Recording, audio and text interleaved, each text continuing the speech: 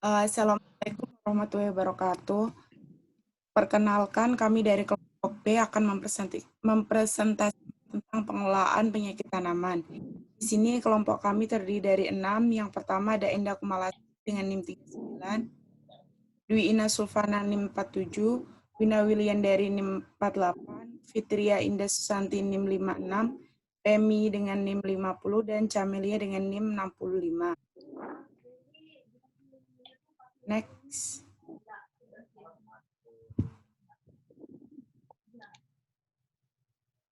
Jadi, pada pembahasan kali ini kita akan membahas 6 bahasan. Yang pertama itu ada pengertian dari pengelolaan pengaturan. Yang kedua ada bagian-bagian dari pengelolaan dengan pengaturan. Yang ketiga ada pengertian karantina tumbuhan. Yang keempat ada pengendalian kultur teknis. Yang kelima ada cara pengendalian kultur teknis. Dan yang keenam ada pengendalian dengan varietas tahan. Next. Untuk latar belakangnya, jadi pengendalian adalah suatu tindakan aktivitas yang bertujuan untuk mengurangi atau menekan terjadinya suatu kegagalan dalam kegiatan pengendalian tanaman, atau mempunyai arti adalah suatu tindakan pada tanaman yang terserang penyakit atau yang mempengaruhi terhambatnya terjadinya proses pertumbuhan yang normal. Untuk upaya pengendalian penyakit tanaman, pada prinsipnya adalah upaya untuk merekayasa ketiga faktor segitiga penyakit sehingga tanaman tidak sampai mengalami kerusakan. Next. Yang pertama di sini adalah pengertian dari pengelolaan pengaturan. Pengendalian secara peraturan adalah suatu teknik pengendalian yang menggunakan peraturan dan undang-undang dengan tujuan untuk mencegah masuknya atau menyebarnya jasad-jasad pengganggu tanaman dari suatu negara ke negara lain atau dari wilayah satu dengan wilayah yang lainnya. Next.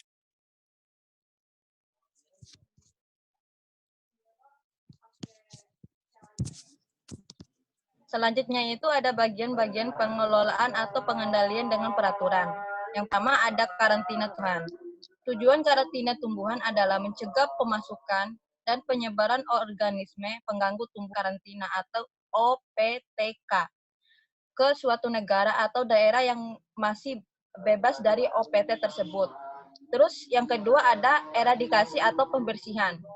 Setiap tumbuhan dan bagian-bagiannya yang dilalu lintaskan antar negara selalu mempunyai risiko sebagai pembawa OPTK yang dapat mengancam produksi pertanian. Oleh karena itu, setiap media pembawa yang dimasukkan ke dalam wilayah RI atau yang dilalu lintaskan antar area di dalam wilayah RI dikenakan tindakan karantina.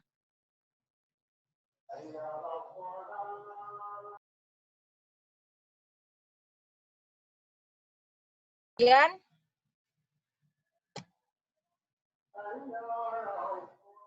ada karantina tumbuhan. Karantina merupakan bagian integral program ketahanan pangan dari aspek lindungan keamanan pangan dari cemara biologis berupa organisme pengganggu.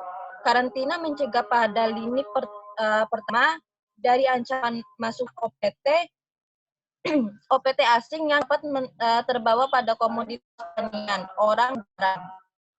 Tuan karantina suatu penyakit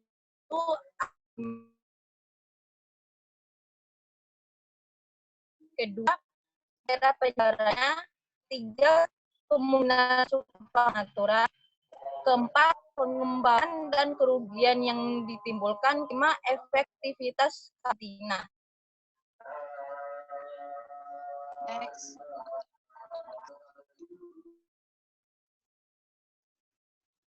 Nah, selanjutnya itu ada pengendalian kultur teknis. Pengendalian secara pengendalian OPT dengan cara mengelola lingkungan atau ekosistem kurang cocok bagi kehidupan dan pembiakan hama. Hal ini dapat mengurangi laju peningkatan populasi dan kerusakan tanaman. Pada prinsipnya, merupakan cara pengendalian dengan memanfaatkan lingkungan untuk menekan perkembangan populasi hama. Next. Nah, di sini ada beberapa hal yang perlu diperhatikan dalam pengendalian kultur teknis, yaitu pertama, pengurangan kesesuaian ekosistem sanitasi. Kedua, penghancuran atau modifikasi inang dan habitat pengganti. Ketiga, pengerjaan tanah. Keempat, pengelolaan air. Kelima, gangguan komunitas penyedia berkembangnya penyakit. Keenam, pergiliran tanaman. Ketujuh, perkiraan lahan. Kedelapan, penanaman serempak. Kesembilan, penetapan jarak tanam. 10, lokasi tanaman. Dan 11, memutuskan sinkronisasi antar tanaman dan penyakit. Cara pengendalian kultur teknis. Macam-macam pengendalian secara kultur teknis. Yang pertama yaitu ada pola tanam. Tanam serempak, tanam perangkap, tumpang sari atau intercropping, menanam minimal 2 jenis tanaman di lahan yang sama dalam barisan-barisan atau tumpang sari. Selanjutnya yaitu panen serempak, panen berjalur atau strip farming, lalu pergiliran tanaman atau rotasi tanaman. Yang kedua yaitu pengolahan tanah sehat. Ditujukan terhadap hama yang dalam siklus hidup mempunyai fase di dalam tanah. Contohnya larva famili Scarabaeidae atau lundi, larva penggerak batang padi putih pada pangkal padi. Perlunya pengolahan tanah sebab ada serangga yang sebagian atau seluruh hidupnya berada di dalam tanah yang amat dipengaruhi oleh tekstur dan struktur tanah, komposisi kimiawi tanah, kelembaban, dan suhu tanah, serta adanya organisme tanah lainnya. Yang ketiga yaitu benih sehat. Cara-cara pengendaliannya yaitu bibit atau biji, serta benih yang sehat atau bebas sejak semula. Yang kedua yaitu melakukan disinfektan dari bibit atau biji. Yang ketiga yaitu pembersihan benih. Yang keempat yaitu pengaturan waktu tanam bagi tanaman untuk menghasilkan benih. Yang kelima yaitu kultur jaringan.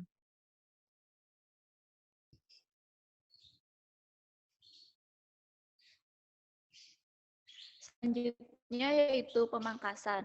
Pemangkasan ataupun pemetikan dapat dilakukan dengan upaya mencegah meluasnya serangan.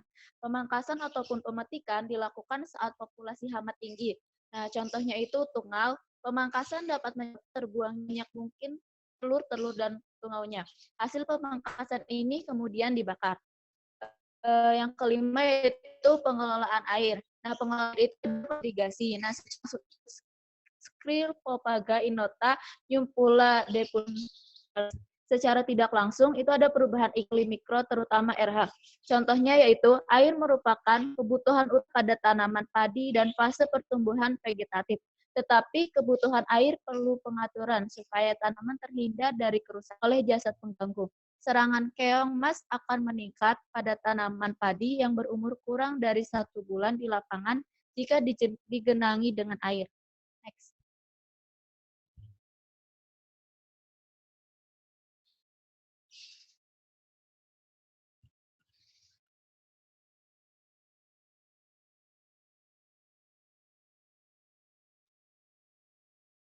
Selanjutnya adalah pemupukan berimbang. Pemupukan yang berimbang dengan kebutuhan tanaman antara NPK dan unsur-unsur mikro tanaman sehat tahan serangan hama. Nah, contohnya itu untuk meningkatkan hasil, petani cenderung melakukan pemupukan yang berlebihan. Tindakan ini tidak saja merupakan pemborosan, tetapi juga memberi peluang tanaman padi terinfeksi patogen atau dirusak hama.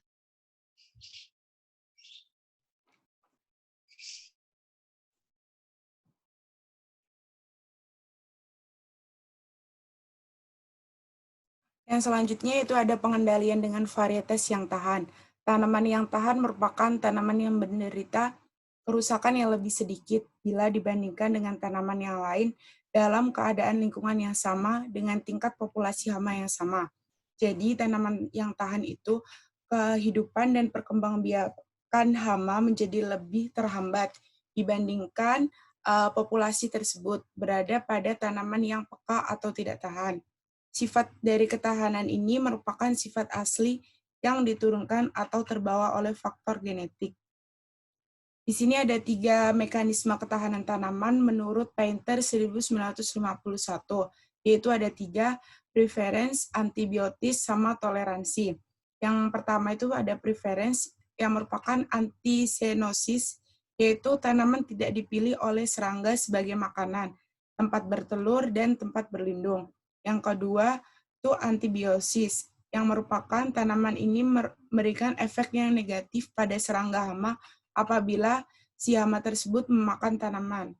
Yang terakhir ada toleransi, yaitu kemampuan tanaman untuk tumbuh atau sembuh kembali dari kerusakan yang disebabkan oleh serangga hama, sehingga serangga hama tidak berpengaruh terhadap hasil.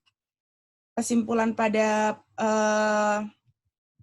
presentasi kali ini yaitu pengendalian suatu tindakan aktivitas yang bertujuan untuk mengurangi atau menekan terjadinya suatu kegagalan dalam kegiatan pengendalian tanaman yang memiliki arti yaitu suatu tindakan pada tanaman yang terserang penyakit atau yang mempengaruhi terhambat terjadinya proses pertumbuhan normal.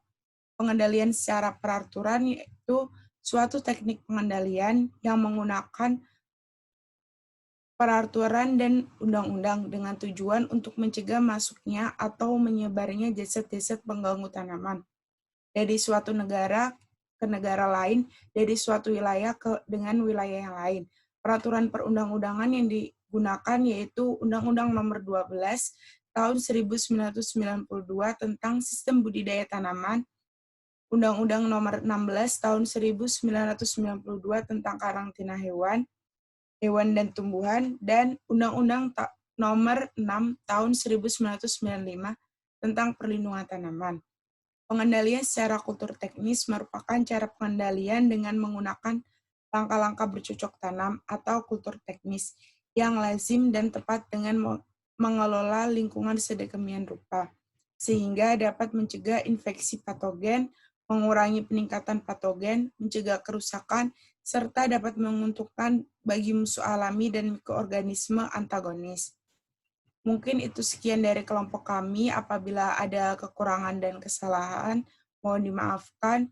Apabila ada yang ingin ditanyakan, silakan tanya di kolom komentar. Terima kasih, kami akhiri. Wassalamualaikum warahmatullahi wabarakatuh.